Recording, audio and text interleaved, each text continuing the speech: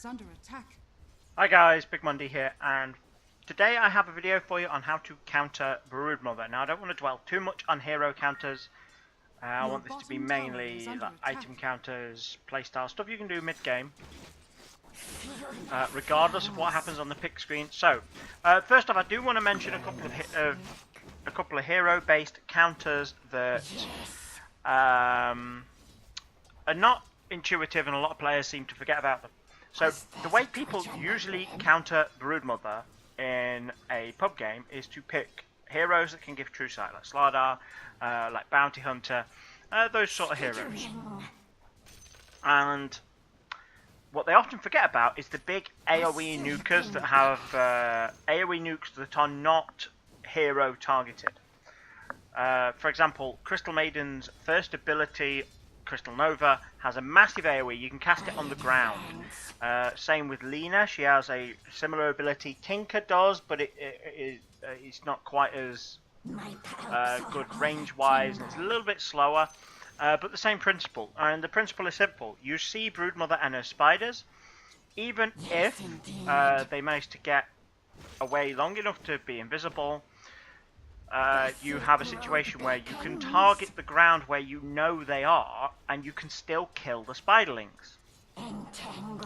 And this is really, really good early game for certain nukers. If they rush their AoE nuke, they can very often be in a position early game where they farm insanely fast, purely because the Broodmother spiders are around. Now, a lot of the time you could put even a position 5 Crystal Maiden against a Broodmother, and as long as she gets a couple of levels in a queue, she could lane against it easily until the Brood were to get her, until the Brood gets an Orchid.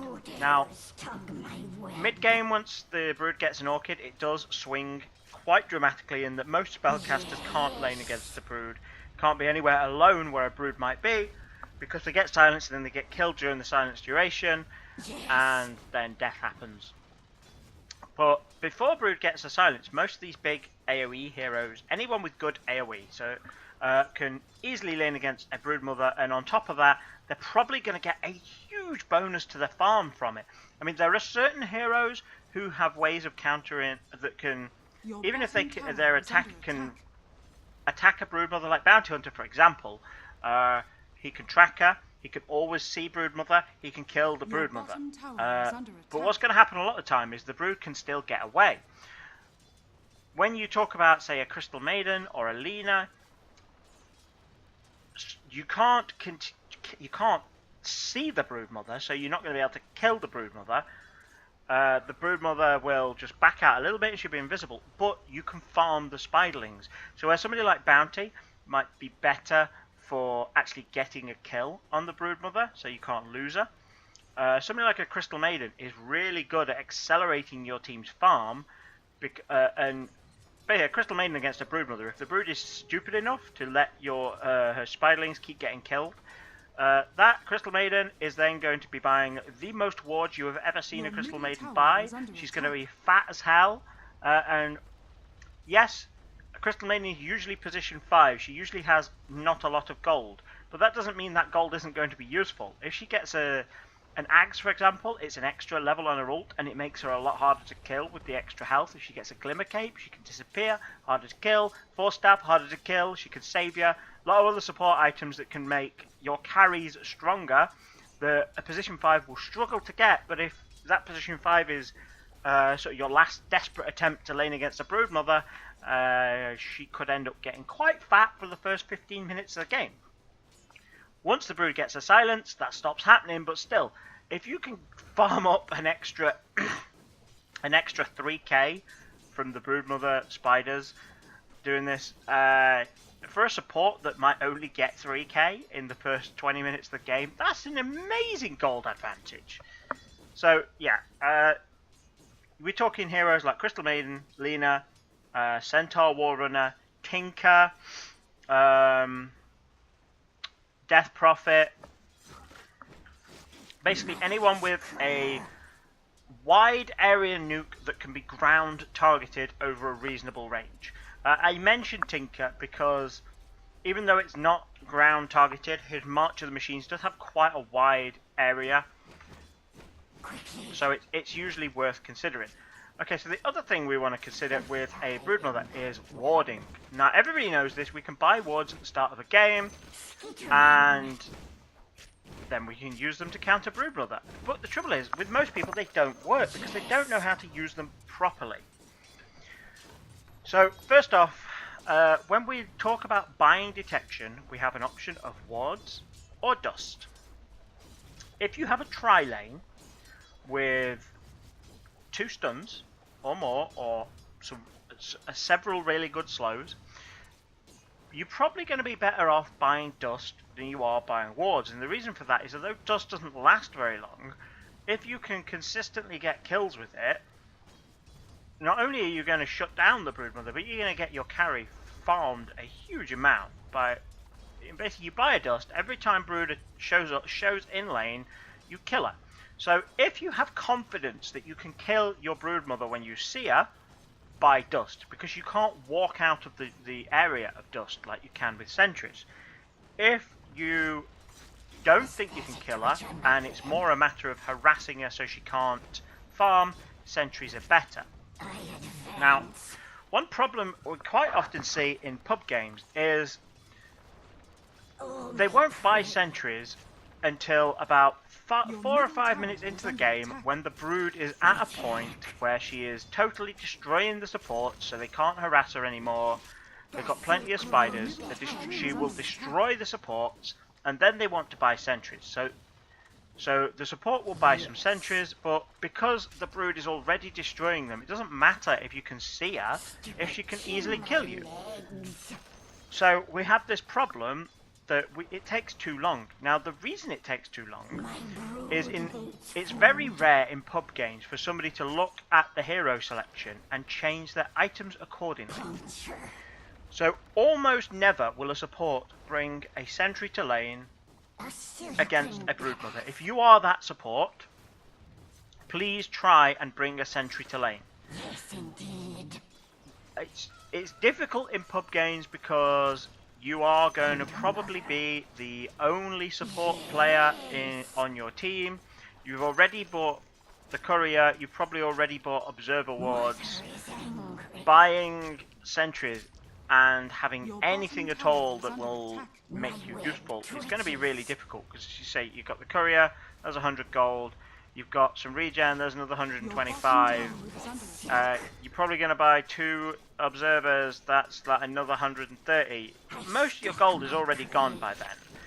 It kind of commits you buying sentries to that you're going to have no stats, no mana regen, you know, it makes you really struggle.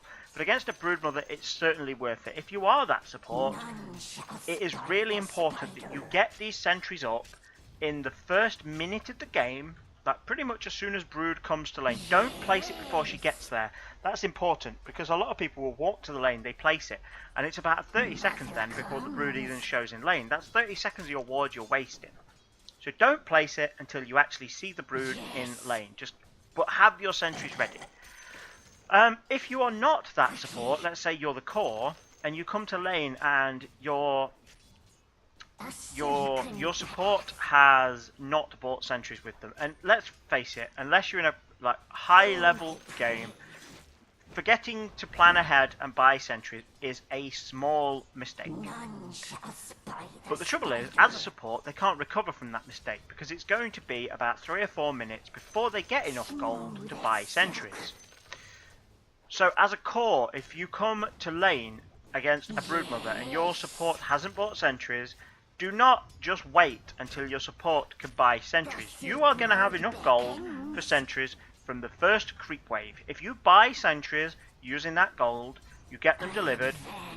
About a minute into the game, you've got wards up and your support can successfully zone the Broodmother. She won't get levels and you will have an easy game. But if you just say, oh, well, it's the support's job to buy wards, the support is going to say, yeah, okay, I'll buy them as my next item. 4 minutes into the game, you get sentries up. And by then, the Brood is so strong that your supports can't zone them whether they can see her or not. And there's no point buying sentries at all. It's just pointless. So if you are that core, use your first creep wave gold to buy the sentries, you will find it pays for itself, because the fact that your support is then able to effectively zone the Broodmother will mean you get free farm. Whereas if you don't do this, it's most likely that the Broodmother will be able to kill your team, kill you and your support regularly, and you're not going to be able to farm in that situation, and probably going to keep dying in that situation, which is going to screw you over. So, then we need to talk about placing wards. Now, quite often what a lot of people do is they'll slap a ward down here, because that gives you the most vision of the lane, and that is usually a bad idea. In pro games, you will occasionally see it happen, but in pro games, what they're doing is they know that their opponent is going to look in the good ward spots, so they're trying to put it in a bad ward spot because they don't expect their opponent to look in the bad ward spots. It's mind games. But in a pub game, what you have to remember is that people will check the bad ward spots first, because it's the bad ward spots that get used the most. When you are playing against a brood, your better ward spots are to find somewhere that the brood cannot see with line of sight very easily. So, for example, in these clump of trees is usually a good idea. Any of the gaps, or even take a tree out to make a gap, put the ward there, because it will still then grant you a good area of true sight over quite a decent amount of the lane, but it's going to be really, really difficult to de-ward, because if you put it behind trees, for example, if she puts a sentry here and you have a ward here, she can't see it, because she needs to have direct line of sight to see it, which means she's actually got to walk into the trees to be able to see it. And chances are she's not going to do that. Another good place to put it is in the trees here, because if you dive on a brood, one place she might go is into the trees over here. She'll come down the tree, even if you broke her free passage, she'll come this route down here to try and get you to lose sight on her. So this will actually give you quite a good coverage of her escape route. If you put it in the trees, it will still cover quite a bit of the lane, but it will also cover a retreat, which, the longer you can chase her, the more likely you are to kill her. Another good place is sort of down here. Again, the direct line of sight is blocked. If I walk down here, you'll see that occasionally, depending on exactly where I walk, sometimes I get like a little flicker of there. Sometimes it will show me round bits, gaps through the trees, but if I were to put my ward here, it is very difficult to spot and gives me vision on all this part of the lane. So they're really difficult to de-ward. I could also put one here. Again, it shows me plenty of true sight, gives me a bit of the lane, but it's super difficult to de-ward. And what you find is a brooder knows what she's doing. She will bring her own sentries to lane, and as soon as she knows you can see her, she'll start looking for your wards. If your ward is here, pretty much anywhere she places her ward, she's going to find it. And if you can place wards in that she can't find, she can't de-ward, it gives her two choices. She can spend all of her gold on sentries to de-ward, which will screw her over, she'll get no farm, or she can leave the lane, which will screw her over. So by warding well, you are going to completely nerf your Broodmother. Now, this is the point, it's warding well. Coming to lane with sentries is not enough to counter the Broodmother. You need to place them in places that are really difficult to de-ward, so that she knows you can always see her, unless she commits a stupidly large amount to removing those wards, which she's not going to do. So there's heroes and how to ward properly. So next is the thing I usually mainly want to focus these videos on is items. Items that counter a Broodmother, and why we use them and when we use them. So the first one, which is super obvious and everybody kind of knows this, is a Radiance. Now occasionally I've picked this up on a support hero. I quite often play a support Phoenix. The reason I pick up a Radiance on Phoenix is because the 17% miss chance means that they miss your egg. So the egg is going to take a couple of extra hits to kill, which basically means the Radiance is at least as good as the Egg statistically, and if you get lucky, it can be like having 2 eggs on a Phoenix in terms of keeping the egg alive. So it's actually really, really good. But when it comes to a Broodmother, you have to bear in mind, let me put it down so I don't kill her. What you have to bear in mind is the 25% mischance means that she's going to do 25% less damage with her Spiderlings. And the Spiderlings aren't going to last very long near a Radiance hero anyway, but it means they're going to do 25% less damage. So even if it doesn't have to be on your core, the Radiance, for your core to get the benefit. If you're near your core, and the Spiderlings are jumping on your core, they have 25%, sorry, not 25%,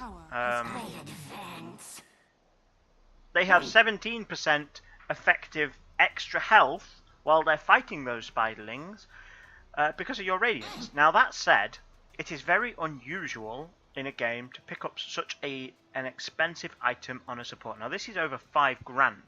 So you would very rarely get this on a spot. Even though I do occasionally pick it up on a Phoenix for the extra the enemy's middle tower has the extra mischance, it's quite often a late game item for Phoenix. You don't buy it for farm on a Phoenix anyway.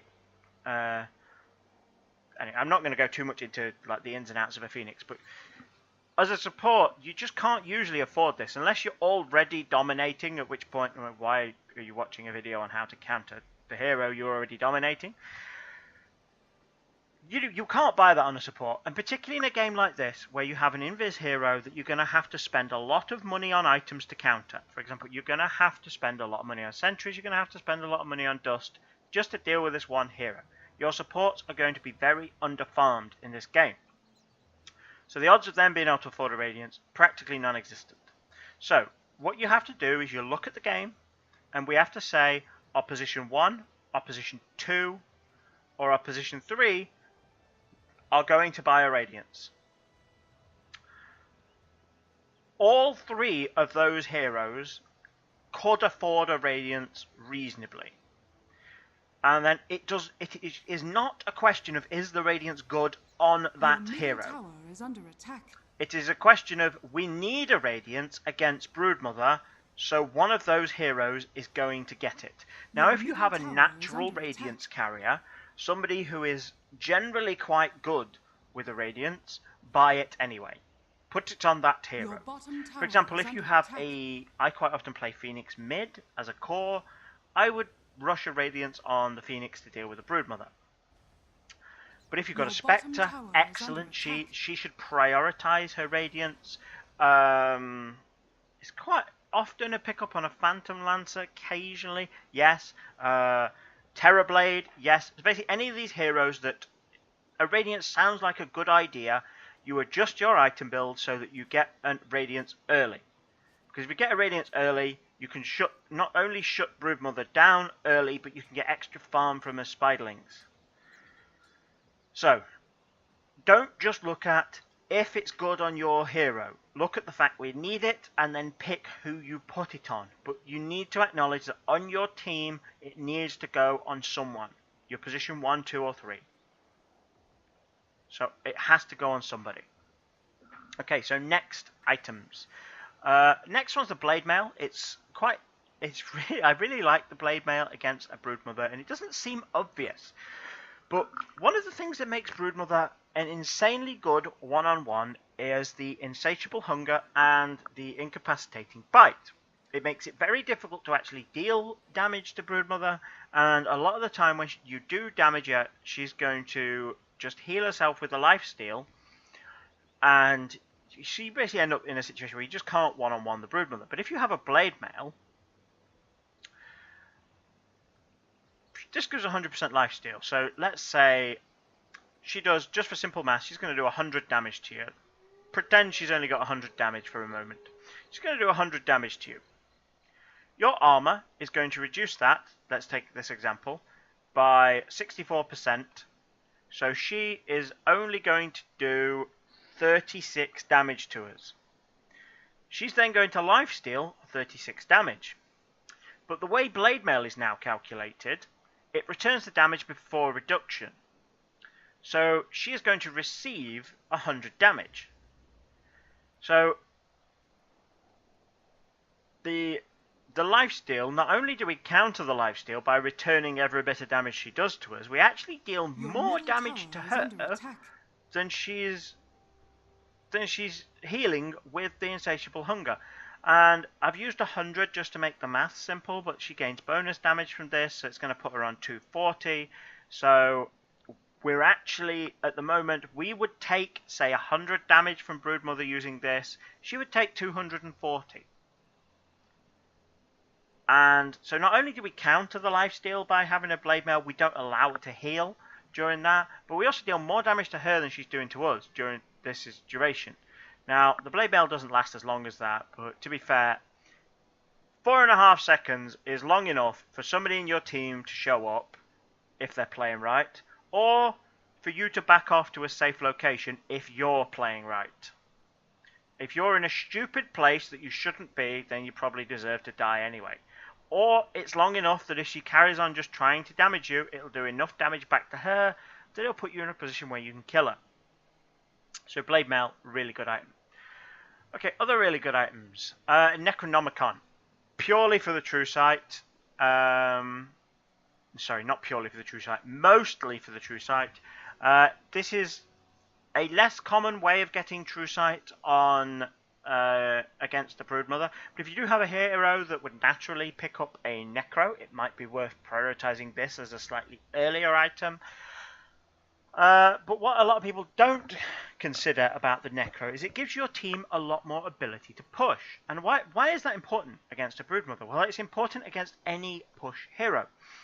One of the issues with a push hero is that even if you get a pick off on them, even if you manage to kill them, the chances are all 3 lanes are going to be pushed up. So when you kill her, you can't counter push. You can't go for your own push because you still have another push to go defend against. So by having a Necro, it gives you the option to push out the lanes faster and further every time you get an opportunity. So you're not always on this back foot of we're always got the lanes pushed in and we're always defending. This pushes that balance slightly further in your favour. And so would, if you feel like getting one, you've got somebody who could pick one up. Vlad's is also a good idea to combine with this, especially if you've got other people who have summoned units, but that's a story for another day. We'll go into that later. Okay, next item, really good against a Broodmother in the laning phase, is a Stout Shield. Even if you do not have a natural Stout Shield carrier, just let me get some spiderlings. I seem to have accidentally blocked all the camps with sniper. You stand there, mate. Yes. Go for my road. Get a couple of spiderites as well. Feel my fangs. Okay. I stalk my prey. Spiderling does 18 damage. Mother comes. Spiderite does 9 damage. So, when we are laning against a Broodmother, we get a Stout Shield. It has a 50% chance to reduce the damage by 16. That means we're almost halving the damage that Broodmother is capable of doing to us because most of it comes from the right clicks of the Spiderlings. Even if you don't have a hero that would naturally use a Stout Shield when you are laning against a Broodmother, the Stout Shield is actually more valuable than your regen. It's probably not a good idea to not get regen, but if it came down to it, being a choice of this or Tango's, this would be more useful to you than Tango's. Because yes, we are going to need to regen, we need regen, but preventing the damage in the first place is a much better option if we can do that.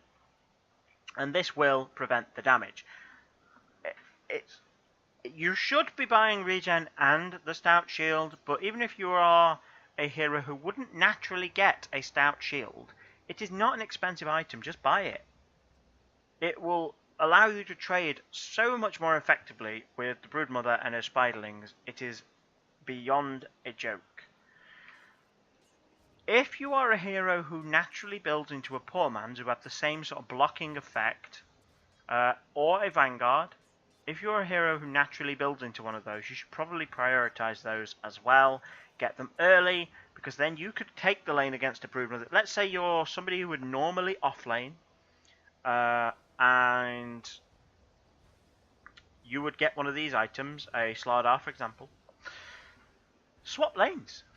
Go and let their tri-lane go against your tri-lane, because you can easily lane against a Broodmother as most heroes that would pick one of these up, because they reduce the... I mean, the Vanguard, for example, the Spiderlings will literally do nothing to you if you have a Vanguard. And when, in the early game, Broodmother's largest damage component comes from her Spiderlings, if you have this as your first item, she can't touch you, but you can still damage her. So at that point, it comes a lane that she cannot trade with you. So if you're an offlaner, there is... In a lot of games, it would be worth just swapping up, going, letting your carry either go and jungle, and then send the two supports to sort of be offlaners. You'll get much more for your team if you make sure somebody with a Vanguard is laning against the Broodmother. But like I say, at the very least, pick up a Stout Shield. Even if you don't have a hero that it's natural on, pick up the Stout Shield. It will reduce your damage on the from the Broodmother so much, it's worth getting even if you don't convert it. It's basically 200 gold to nerf the Broodmother's damage by 50% for the first 10 or so minutes of the game. So it's definitely worth buying, always worth buying. Okay, next item, Solar Crest. And I mentioned this one because it's a really good one to get on a support or, well, position 3 or lower, I think. Occasionally, if you have a position 2, maybe, that desperately needs a bit of mana regen. There are some initiators that are higher up the ranking that the extra tankiness of the evasion is good, but still, I would always put this on a position, usually put this on a position 3 or lower. And what makes this so good is the 25% evasion that I can put on anyone. So if Broodmother goes on Sniper, as a support, I can put it on Sniper. And that gives him 25% more effective HP against the Spiderlings, because 25% of the time they're going to miss. If she has 20 Spiderlings up, 5 of those Spiderlings might as well not be there. But we could still farm them. So 25% more effective HP plus the extra armor it gives you. It reduces the damage the Spiderlings do. It reduces the amount of Spiderlings that hit you. This is an insanely good item to put on a support in a game against a Broodmother, because you can effectively save somebody's life with this. And it's just the flexibility that you can use it on anyone that makes it really, really good. Okay, Heaven's Halberd. Same argument for the evasion, although this has to be on, you know, you can't use it on other heroes, so it's not quite as flexible. But 25% evasion, that's 25% more Spiderling misses, so 25% less damage from Spiderlings. Always good.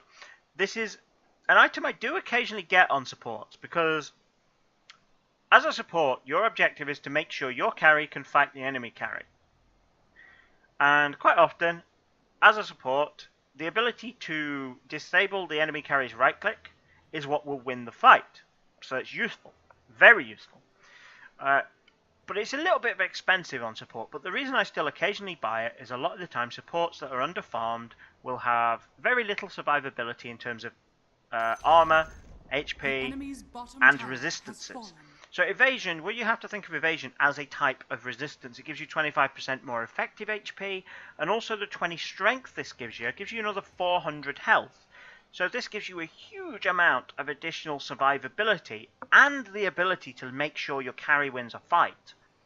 So although this is a little bit expensive on a support, it is still worth considering to put it on your supports. If not, put it on maybe your position 2 or 3. Any strength hero it's going to be good on, because it gives them extra damage as well. It's not a massive amount of damage, but it is a particularly good item on initiators, because the maim slows enemies. Initiators, once you start a fight, you also want to control a fight. Something a lot of people forget is that it's not just about starting a fight. If you think about that one friend that I'm sure all of us have got, that go into a bar, they punch someone, and then they fuck off and let everyone else deal with the aftermath. That's the way some people play initiators. You don't just need to start a fight, you need to control it. And a strength initiator in position 2 would make excellent use of this item. A Tusk, for example, gives him extra strength so he hits harder, gives him extra HP so he can tank up more after the initiation, because it's quite common for you to tank more as an initiator. It slows the enemy, which gives your team longer and more opportunities to jump into the fight, and it gives you the utility of being able to disable the person on the enemy team that is most likely to do the most damage to you. So, quite a good item on an initiator. But yeah, against a Broodmother, when we come into the fact that quite often Broodmother will win most one-on-one fights, when you disable her right-click, if we disable Broodmother's right-click, oh, we can't because she's invisible. Let's bring her down here. We disable Broodmother's right-click. All of a sudden, she can't do anything to us for the duration. Now, that will completely nerf her insatiable hunger for the duration. It will also nerf the incapacitating bite. So, while we're trying to do damage to Broodmother, we have this problem with the big mischance. The 60% mischance. So if we halberd her, she can't keep applying that to us. So not only do we stop her doing damage to us, we make it so we can more consistently do damage to her. Even if she manages to bite us first, the duration of the incapacitating bite is only 2 seconds, whereas the duration of the halberd is 4 seconds. So even if she manages to hit us first, we are still going to have this 2-second window of being able to reliably attack her, where she can do nothing to us. So really, really good item for those reasons. Yes. Okay. Next item. I just want to make sure I've not missed one. Okay, next item. Maelstrom. You may see I have upgraded this into the Mjolnir. This is just to demonstrate this a little bit faster. You just bear in mind the Mjolnir is just a better Maelstrom. The requirement is lightning that jumps. And the Mjolnir is so much better. Partly because of the active, but the Maelstrom itself, just to get this started, is really important. The thing is, we could go into a game that just because of the order of the picks, we have no AoE or no way of dealing with the Broodmother. But if we get a Maelstrom early, we can destroy that Broodmother. We have a good, reliable way of AoE. It's also a relatively good damage item on a carry because it's going to give them much more attack speed, especially once we convert it into the Mjolnir. It gives us a decent amount more damage, but it gives us the AoE we need to deal with the Spiderlings. And in some games, you will find that you just don't have a way to deal with the Spiderlings. If Broodmother's picked last and you don't have any good AoE that you can use that's ground targeted, you just don't have a way to deal with them. And the reason the Mjolnir active is so good against Spiderlings is, if we read this lot, it places a charge shield on a target which has a 20% chance to release a shocking bolt at a nearby attacker and 4 additional enemies. So that's 20% chance. 1 in 5, basically. So let's say that the Broodmother has 20 Spiderlings and they all jump on somebody. We can put this on anyone. Anyone at all. It doesn't have to be us. We could put it, if she jumps on the Sven, we could put it on the Sven. Let's say she's got 20 Spiderlings for the easy math. 20 Spiderlings at a 20% chance to proc means that we are going to hit we're going to proc the lightning 4 times. That's 4 times, and it's going to hit 4 enemies each time. So we're going to pretty much devastate that wave of Spiderlings just with the static charge. We don't, not even considering the passive at the moment. Just with the static charge, we're guaranteed 4 lightnings. The reason we're guaranteed it is because we don't put this on and then walk into a fight, because she won't attack us. What we do is we wait for the spiderlings to be hitting something, and then we cast it. So all of the spiderlings are still hitting something, and because they're still hitting something, we guaranteed that 4 procs. That's 4 procs if they all hit us once. That's with 20 spiderlings, for example. You mean your Broodmother might have more spiderlings, but more spiderlings just procs this more often. You bear in mind, spiderlings work on the principle of lots of small instances of damage, rather than large instances. So it just procs the Mjolnir lots and lots and lots of times. If she only has like 6 spiderlings, then why are you worried about her in the first place? Let's say she's got 20, that's 4 procs. If she reacts instantly to stop the spiderlings, that's 4 procs. Even in a high level game, she's unlikely to react instantly. They're probably going to hit you twice, that's 8 procs. 8 procs of the lightning on 20 spiderlings is probably enough to kill the entire wave. Your top tower Probably. is under attack. It's difficult because it picks random targets. And you can't reliably choose which spiderlings dies, but even if it doesn't kill the entire wave of spiderlings,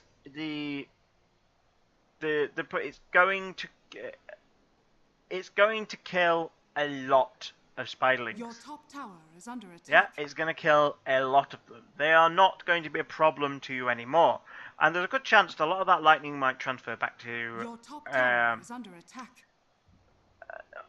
A lot of that damage might transfer back to Broodmother herself, which is going to do 200 damage a time to her. I mean, this is a super tanky Broodmother just because of something I'm about to try, but she wouldn't have all this. She'd have like 2,500 health.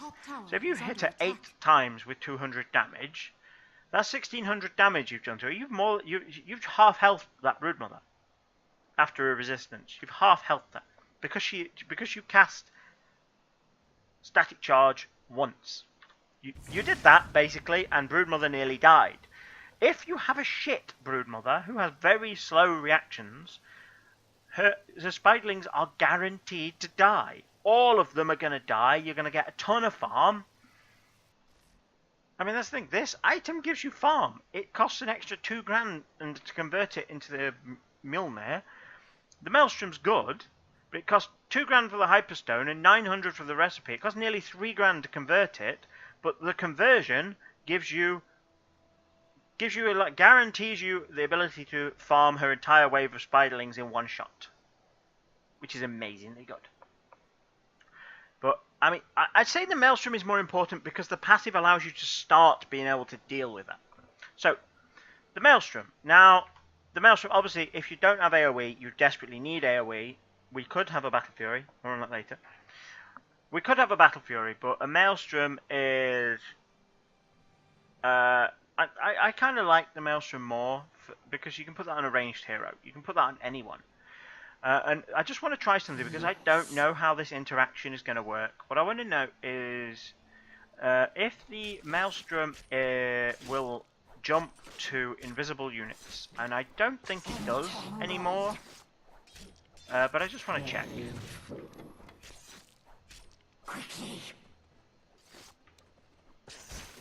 So let's put the spiderlings there. And we'll walk. We're slightly outside, just on the edge. So we're now going to attack with sniper, and we'll see if the lightning bounces. So no, the lightning doesn't bounce.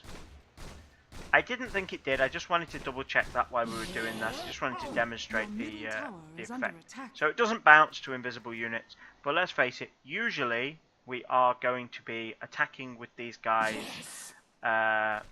Your middle tower is under attack. Halt. Smooth as silk. Usually that's not going to be an issue. Middle tower is under attack. If I just get a decent... I want to demonstrate the active component, so I'm just going to get a little... Your middle tower is under attack. Oh, perfect. I'm going to get a little army of spiderlings. You can probably tell I'm not really good with Broodmother. Your middle tower is under attack. So I've got a little army of spiderlings. I'm going to tell them to attack Sven. Brood needs food. And watch how quickly these all die. I'm going to wait till they're all attacking.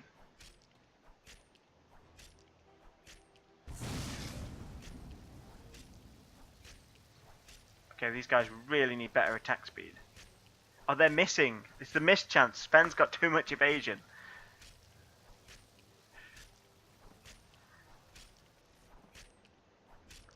Okay, now they're actually hitting him. Although most of them, you get the point. See how quickly a lot of these guys, die. But yeah, again, the evasion. It kind of that's something that I hadn't considered before making this video. That giving a hero evasion kind of counters how good the active on the Mjolnir is going to be. But I think it's still good. It just doesn't have this insta kill of all the spiders that makes that so good. The enemy's bottom barracks has Try that one more time, but we'll leave it for another day. Okay, so last item on the list to counter a Broodmother is the same reason we often play a Sven against a Broodmother, is that the cleave can hit her while she's invis. Cleave does hit invisible units. It's kind of, this is not an amazing one because it has to be like a position 1 or 2 that's going to get this. It has to be a melee hero, and you can't get it particularly early. So it's difficult to counter her early on. Sven is great against a Broodmother because you can take Great Cleave, and in the laning phase she can't sit near the creep wave or it will hurt her every time you last hit. The enemy's middle tower But same principle. The cleave can hit her while she's invisible, so as long as you hit something nearby, she can't lie in wait near you because she'll keep taking damage from the cleave. She can't escape near enemy units because you can hit them and the cleave will damage her. So yeah, there you go guys. There is your complete list of how to counter Broodmother. Although there's probably a few people going to mention that I did not include the Monkey King bar. The enemy's middle tower has fallen. I don't like that. I think that's more a topic on how to counter evasion rather than Broodmother specifically. It should get an honourable mention. So honourable mention, Monkey King bar, guys. If you're a core, you don't have to worry about her evasion. Radiant victory. There we go, guys. Thanks for watching. Hope you found this useful. If you have, please leave me a comment in the videos. Have a great day, guys. Bye bye.